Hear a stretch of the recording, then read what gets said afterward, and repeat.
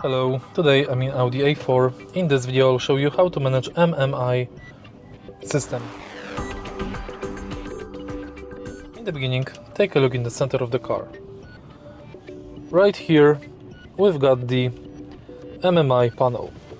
Thanks to this panel you can turn the radio on or off.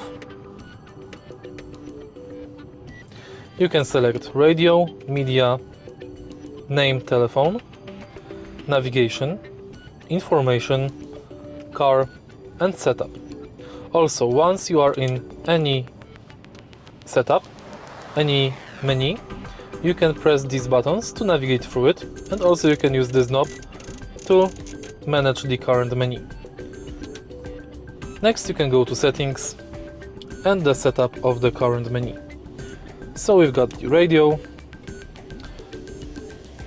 media, telephone,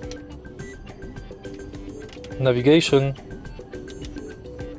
informations, car and settings.